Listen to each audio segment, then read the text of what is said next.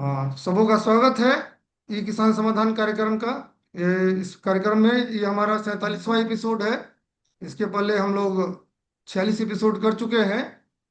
जैसा कि आप सभी जानते हैं कि हमारा ई किसान समाधान के नाम से व्हाट्सएप ग्रुप है, जिसमें 850 से अधिक किसान मौजूद हैं। और सभी पशुपालन व्यवसाय है, मुर्गी पालन या मछली पालन से जुड़े हुए हैं। और उनको जब कभी कोई समस्या होती है अपने पशुपालन में या अपने मुर्गी पालन में, तो हमारे किसान समाधान ग्रुप में डालते हैं, लिखते हैं। और हमारे विशेषज्ञ जो हैं उसमें मेडिसिन से, सर्जरी से, गानी से वो उनके समस्याओं का त्वरित समाधान करते हैं। तो और उसके बाद हम लोग एक विशेषज्ञ के द्वारा एक टॉपिक पर चर्चा करते हैं। लेकिन आज के हमारे जो विशेषज्ञ हैं डॉक्टर रोहित कुमार जायसवाल, इनको 11:30 बजे से एक मीटिंग में जाना है।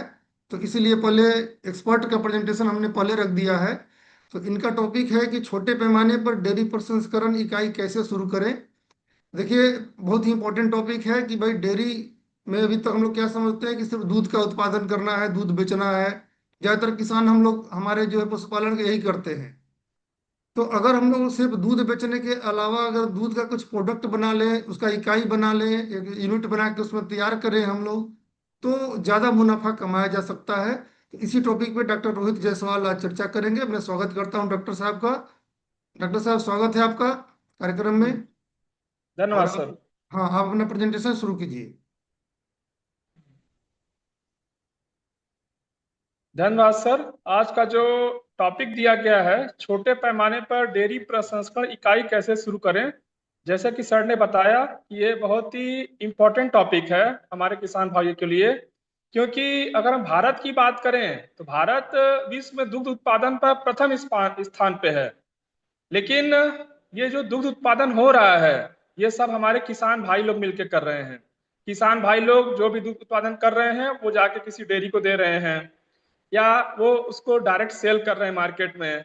तो इससे दुग्ध उत्पादन पे हम लोग नंबर वन पे हैं। और हमारे यहाँ इसकी वजह से बड़ी बड़ी डेयरियां हैं, जैसे कि अमूल डेयरी हो गई, हमारे बिहार में सुधा डेयरी हो गई, जिससे कि उन डेयरी डेयरी इंडस्ट्री को बहुत फायदा हो रहा है। लेकिन हमारे किसान भाइयों को कितना फायदा हो रहा है, हम इसका आकलन करें। नॉर्मली किसान भाई लोग कच्चा दूध जो होता है वो डेयरी में दे देते हैं या सीधे बेच देते हैं, तो उससे उनको उतना मुनाफा नहीं हो पाता जितना मुनाफा उनको होना चाहिए। तो अगर किसान भाई हमारे जो हमारा दूध है उसका प्रसंस्करण करें, मूल्य संवर्धन करें, तो इससे क्या हो सकता है कि किसान भाई का जो आय है, आय में वृद्धि हो सकती है। तो इसी रिलेटेड टॉपिक पे मैं आज चर्चा करूंगा। तो दुग्ध उत्पादन में हम आगे तो हैं, लेकिन किसान भाई हमारे क्यों दूध प्रसंस्करण में नहीं जा पा रहे हैं, सबसे पहले मैं इस पे बात करूंगा।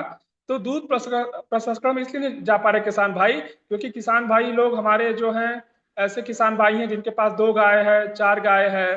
तो जितनी क्षमता चाहिए दुग्ध उत्पादन के लिए, मतलब 300 लीटर, 500 लीटर, हमारे एक किसान भाई के पास नहीं है। तो इसलिए हमारे किसान भाई दूध प्रसंस्करण की इकाई नहीं शुरू कर पा रहे हैं, क्योंकि उनके पास दूध की मात्रा कम है। पहला बिंदु। दूसरा बिंदु, हमारे कई सारे किसान भाई इच्छुक हैं, लेकिन उनके पास पर्याप्त जानकारी नहीं है। पर्याप्त जो संयंत्र चाहिए, जो मशीनें चाहिए, वो नहीं है।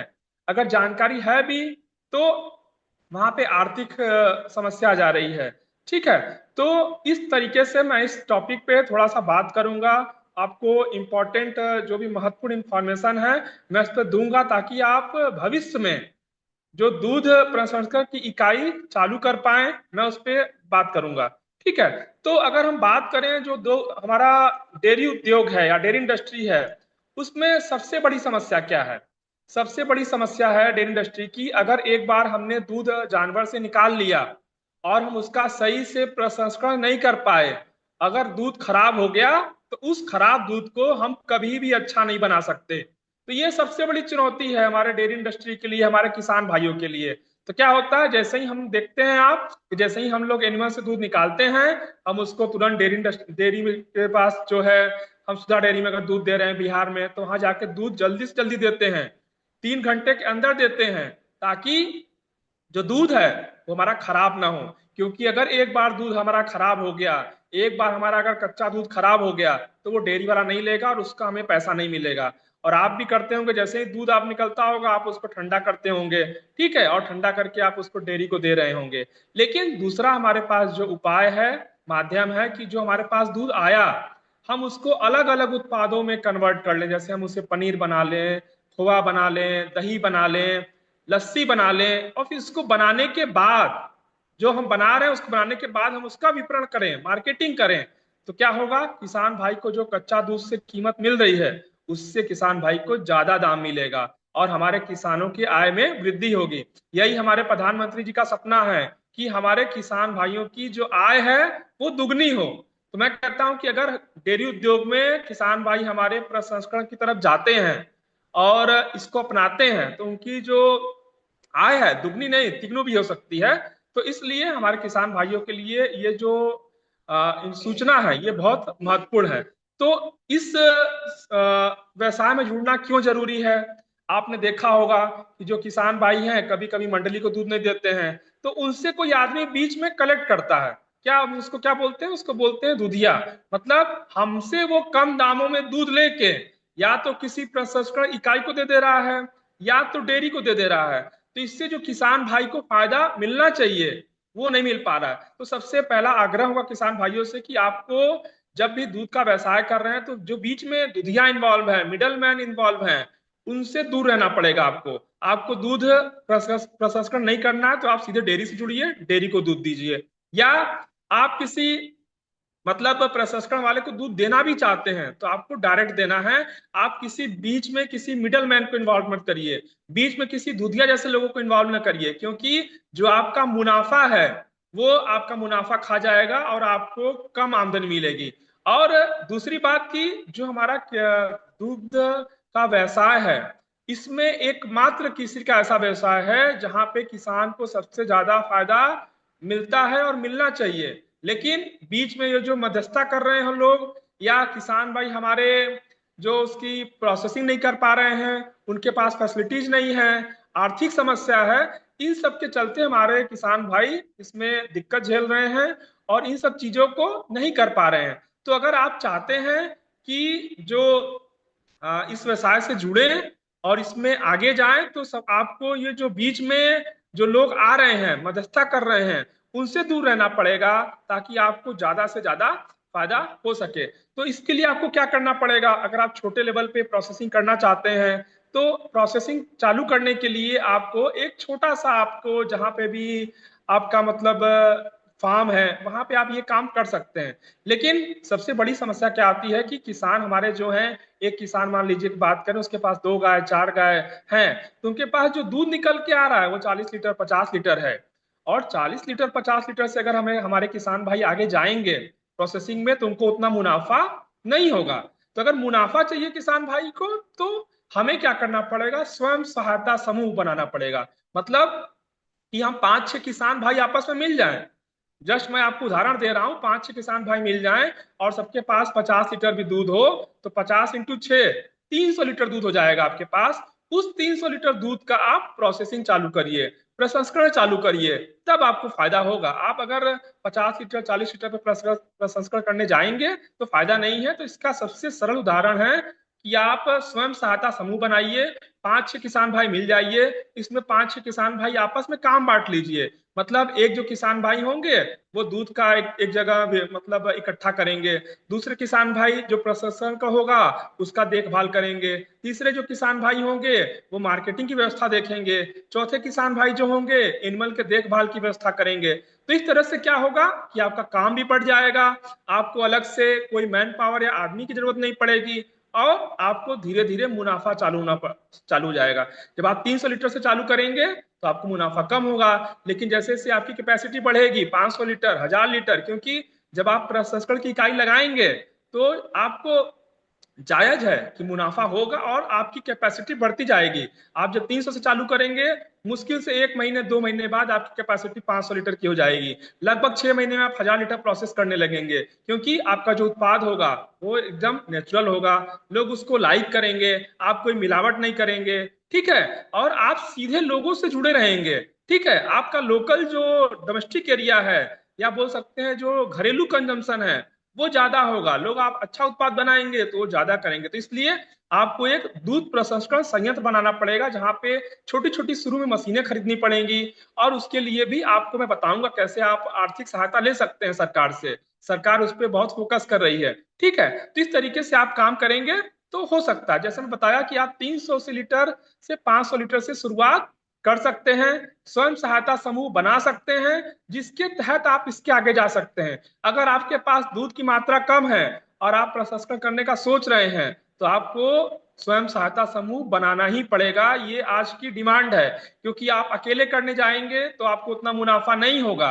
ठीक है, मुनाफा होगा भी तो जस्ट बराबर का होगा, तो आप उसमें फिर थोड़ा सा आपको फ्रस्ट्रेशन आएगा कि हम इतनी मेहनत कर रहे हैं, इतना लागत लगा रहे हैं, लेकिन हमें वो मुनाफा नहीं मिल रहा है, और आपको सारा काम अकेले करना पड़ेगा। और आजकल के जो मतलब कार्यशैली की बात करें, तो आज के जमाने में एक आदमी सारा काम अकेले नहीं कर सकता। तो इसमें आपका कार्य का विभाजन भी हो जाएगा और आप इस काम को अच्छे से कर सकते हैं। तो इसमें आप क्या कर सकते हैं, जब आप डेयरी प्रोसेसिंग प्लांट को चालू करें छोटे लेवल पे, तो शुरुआत में आप क्या कर सकते हैं, जो दूध है आपका, उससे क्रीम सेपरेटर से क्रीम निकाल के अलग कर लीजिए। फिर जो आपके पास फ्लूइड मिल्क मिला, उसको पास्चराइज करके पैक करके शुरू में बेच सकते हैं। तो आपके पास यहाँ दो उत्पाद हुआ शुरू में, फ्लूइड मिल्क, दूसरा की और दूसरा क्रीम। फिर आप क्रीम से घी बना सकते हैं, बटर बना सकते हैं। ठीक है, आप जो आपके पास जो मिल्क है उससे आप दही बना सकते हैं, पनीर बना सकते हैं। तो आप शुरुआत में ऐसे उत्पादों को बनाएंगे, ऐसे उत्पादों का प्रसंस्करण करेंगे जिसमें जो मशीन है उसकी रिक्वायरमेंट कम हो, आपको शुरू में लागत कम लगे। ठीक है, आपका जैसे जैसे जो आपका यूनिट है वो सफल होता जाएगा, आप उसमें बाद में घी फैक्ट्री डाल सकते हैं, आइसक्रीम बना सकते हैं, कुल्फी बना सकते हैं। लेकिन ये शुरुआत में संभव नहीं है, तो इसलिए आपको कोशिश करना है कि शुरू में ऐसे उत्पादों का चयन करें जो कि किसान भाइयों के लिए थोड़ा सस्ता हो। ठीक है, तो इन सब चीजों पे ध्यान देने की जरूरत है।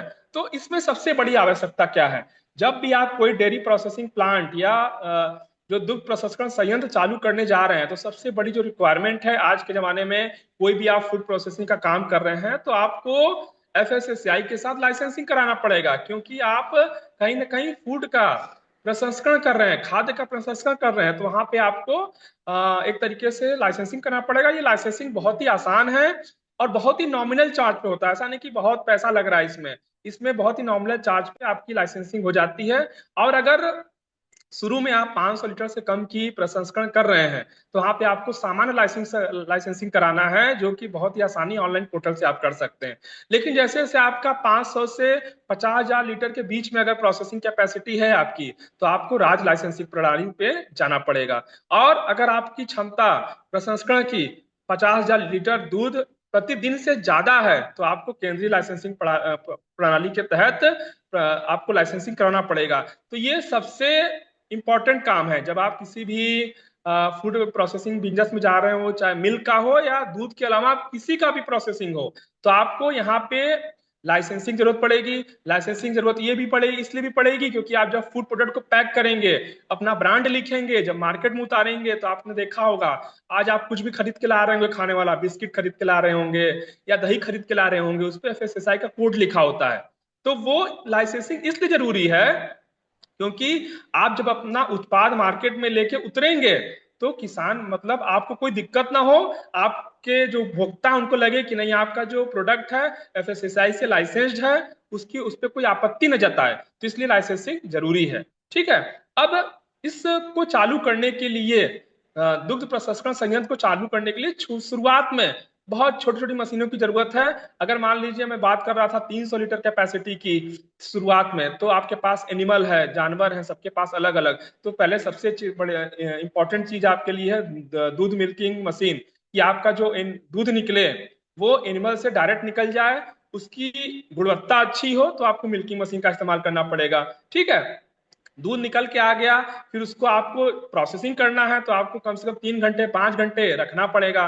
तो आपके पास एक मिल्क स्टोरेज टैंक भी होना चाहिए जिसमें प्रतिशीतन क्षमता हो, मतलब वो दूध को ठंडा कर दे, उसको बल्क मिल्क कूलर बोलते हैं। और आजकल ये 500 लीटर कैपेसिटी, 300 लीटर कैपेसिटी पे अवेलेबल है। आप इसको आसानी से मार्केट से खरीद सकते हैं। इवन पटना में भी लोकल मार्केट में ये सब सारी जो मशीनें हैं अवेलेबल हैं। उसके बाद आपको क्रीम सेपरेटर की जरूरत पड़ेगी, जो कि मैं बताया ना आपको, शुरुआत में ऐसे उत्पादों को चयन करना है जिसमें आपको कठिनाई ना हो, जिसमें कम से कम मशीनों की जरूरत पड़े। तो आप क्रीम सेपरेटर खरीद लें, जिसमें कि कम से आप जो भी दूध आएगा आप उससे क्रीम को सेपरेट कर लें, और आपका जो दूध है उसको पास्चराइज करके पास्चराइजेशन मशीन के थ्रू आप उसको पैक करके भेज सकते हैं। ठीक है। उसके बाद क्रीम सेपरेटर के बाद अगर आपका जब यूनिट चलने लगे, 500 लीटर कैपेसिटी से आपकी क्षमता ज्यादा हो जाए, तो आप मिल्क पास्चराइजेशन प्लांट भी प्लांट भी खरीद सकते हैं, जो कि 500 लीटर की कैपेसिटी कर सकता है, जो कि मेक इन इंडिया कई सारी मशीनें आ रही हैं और कम दामों में आ रही हैं। ठीक है। उसके बाद हम पनीर मेकिंग मशीन, क्योंकि हमारे पास कच्चा दूध आएगा, कच्चा दूध को हम क्रीम निकाल लिया, दूध को हमने पास्चराइज कर लिया, उसके बाद जो दूध मिला और आमदनी चाहते हैं तो हम उस दूध से पनीर बना सकते हैं। ठीक है। पनीर बना के सेल करेंगे, अच्छा फायदा होगा।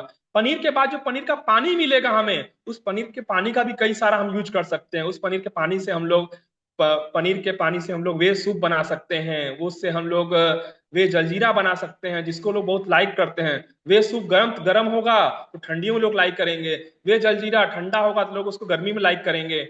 इसके बाद हम पैकेजिंग मशीन भी खरीद सकते हैं, ताकि हमारा जो प्रोडक्ट हो वो मार्केट में ब्रांड के साथ, एफएसएसआई नंबर के साथ, कब बना है, कब तक इसको खाना है, प्रोडक्ट को कहाँ रखना है, सब उस पर लिखा होगा। ठीक है। आपने उस प्रोडक्ट को कब बनाया, तो इन सब चीजों की जरूरत पड़ेगी, और इन सब चीजों की जरूरत पड़ेगी। तो इस तरीके से हम लोग इस प्रसंस्करण में आगे जा सकते हैं। ठीक है। अब हम बात करते हैं कि हमें मशीन खरीदना है, हमें इकाई चालू करनी है, तो सबसे बड़ी समस्या आती है हमारे किसान भाइयों के पास, आर्थिक समस्या, कि हमारे पास किसान भाई के पास जानवर की मात्रा 3-4 है। ठीक है। हमें शुरू में प्रसंस्करण मशीनें भी खरीदनी है, तो हम इसमें आगे कैसे जाएं? तो इसके लिए गवर्नमेंट ऑफ बिहार ने भी कई सारी योजनाएं लेके आई, गवर्नमेंट ऑफ इंडिया भी कई सारी योजनाएं लेके आई हैं। तो इसमें हम बात करें तो इसमें हम डेयरी इंटरप्रेन्योर डेयरी इंटरप्रेन्योर मतलब विकास योजना पे हम बात कर सकते हैं। तो इसमें पशुपालन विभाग जो है कई सारे समय पे योजनाएं लेके आता रहता है। ठीक है। तो इसमें डेयरी इंटरप्रेन्योरशिप विकास योजना, जो कि गवर्नमेंट ऑफ इंडिया का प्रोग्राम है, जिसके तहत हम लोग अगर इस पे प्रपोजल डालते हैं तो जो सामान्य श्रेणी के किसान होंगे तो उनके योजना लागत का 25% सब्सिडी मिलेगा। और अगर हमारे किसान भाई जो ST/SC से कैटेगरी से आते हैं तो उनको 33% लागत का सब्सिडी मिलेगा। और इसमें एक खासियत और भी है कि एक ही परिवार के अलग अलग लोग इसमें अप्लाई कर सकते हैं। लेकिन यहाँ पे हमें ध्यान ये रखना है कि जब भी हम अप्लाई करें तो इसमें जब हम जो डेयरी प्लांट लगाएंगे, उन डेयरी प्लांट के बीच का जो दूरी होगी वो 500 मीटर की दूरी होगी। तो ये हमेशा ध्यान रखना है किसान भाइयों को। और इसमें लेकिन इसकी खासियत ये है कि इसमें जो मतलब किसान भाई लोग हैं वो मतलब इसमें एक घर से दो ज्यादा लोग अप्लाई कर सकते हैं। ठीक है। तो इसमें एक सबसे बड़ी फायदा ये हो गया। उसके बाद जो दूसरा हमारे पास प्रोग्राम है वो पशुपालन अवसंरचना विकास कोष। मतलब आपने देखा होगा कि कोरोना काल में ये घोषित हुआ था प्रोग्राम आत्मनिर्भर भारत द्वारा। आत्मनिर्भर भारत प्रोग्राम के तहत इसका प्रधानमंत्री जी खुद जिक्र किए थे, और इसमें 15,000 करोड़ का ये कोष है, जिसमें कि आप अलग अलग यूनिट लगा सकते हैं, जैसे कि अ, जी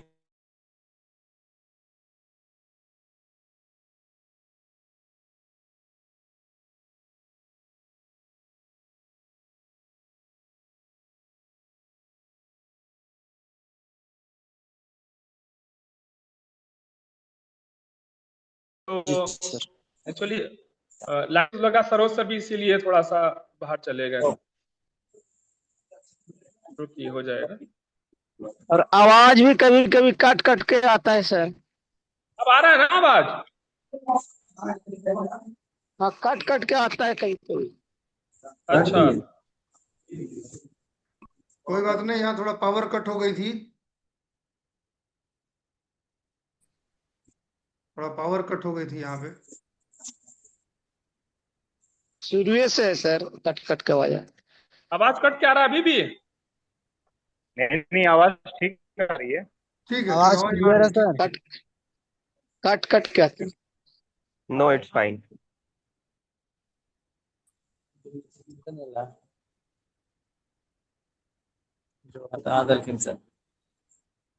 एक्चुअली इंटरनेट क्या है कि चला गया है लाइट जाने की वजह से। आने में 1-2 मिनट लगेगा। तब तक मैं आपको थोड़ा बताता आप रहता ऐसे हूँ इसी तरह। आप ऐसे मैं ही आपको बता दीजिए थोड़ा सा डॉक्टर साहब। मैं आपको ऐसे बता सकता हूँ ऐसे कोई। तो जो सेकंड मैं बता रहा था योजना, वो योजना थी कि पशुपालन अवसंरचना विकास कोष। तो इसमें क्या है कि कोरोना काल में प्रधानमंत्री द्वारा ये जो प्रोग्राम है, इसको चालू किया गया था आत्मनिर्भर भारत अभियान के तहत। और जिसमें 15,000 करोड़ रुपए का मतलब इसमें पैसा है। और ये सिर्फ और सिर्फ किसानों के लिए है।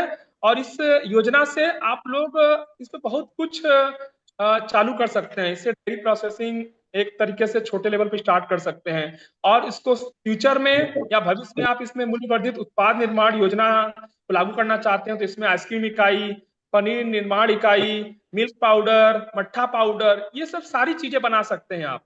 तो इसमें ये योजना का मतलब इस योजना में ये सब सारी चीजें हैं।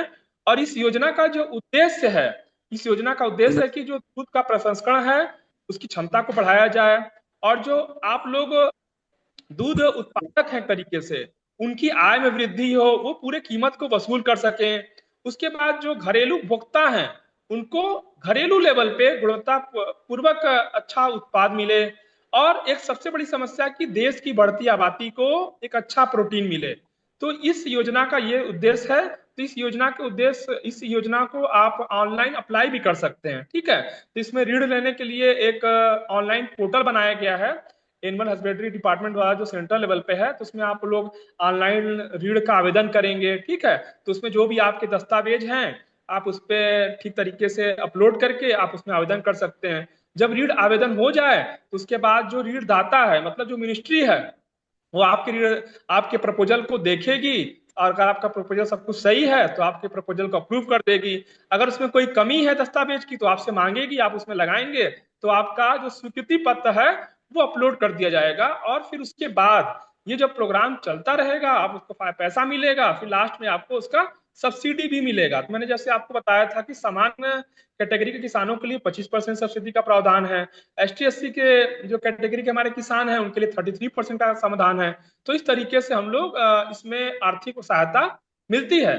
ठीक है। तो लेकिन जब इस परियोजना को बनाएंगे, तो हम लोग जब इस परियोजना को बनाएंगे तो इस परियोजना का प्रारूप तैयार करेंगे।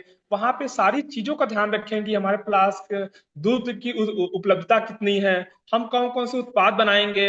हम फ्यूचर में मान लीजिए अभी 300 लीटर का प्लांट प्रपोज कर रहे हैं, लेकिन फ्यूचर में 1000 करना है, 1500 करना है, हम उसका भी व्याख्यान करेंगे वहां पे। ठीक है। तो इस तरीके से हम लोग मार्केटिंग कैसे करेंगे, ठीक है, कौन कौन से प्रोडक्ट करेंगे, कितने लोग को लेकर चलेंगे, कितने किसान इन्वॉल्व हैं, तो सबका ब्यौरा उसको देना पड़ता है। और इससे क्या होता है कि जो परियोजना जो अगर जितना अच्छे से हम प्रपोजल अपना तैयार करेंगे, उतने अच्छे से वहां पे वो चीजें अप्रूव होंगी और आपको आर्थिक फायदा मिलेगा। ठीक है। तो ये सब सारी चीजें हैं। और डेयरी प्रसंस्करण शुरुआत में हमें इसी तरीके से जाना पड़ेगा। और अगर फ्यूचर में आपको जाना है तो आपको और मेहनत करनी पड़ेगी। आपको अपना जानवर का नंबर बढ़ाना पड़ेगा। जैसे जानवर का नंबर बढ़ेगा, आपके पास दूध की मात्रा बढ़ेगी। दूध की मात्रा बढ़ेगी तो आप प्रोसेसिंग कैपेसिटी बढ़ाएंगे, तो उससे आप लाभ उठा सकते हैं। तो शॉर्ट में इतना ही आप लोगों के लिए। और अगर आप किसान भाइयों के पास किसी के पास सवाल है तो आप पूछ सकते हैं, मैं उसका उत्तर दूंगा। Thank you doctor thank you साहब। डॉक्टर साहब। अब किन्हीं को कुछ पूछना है तो बताइए।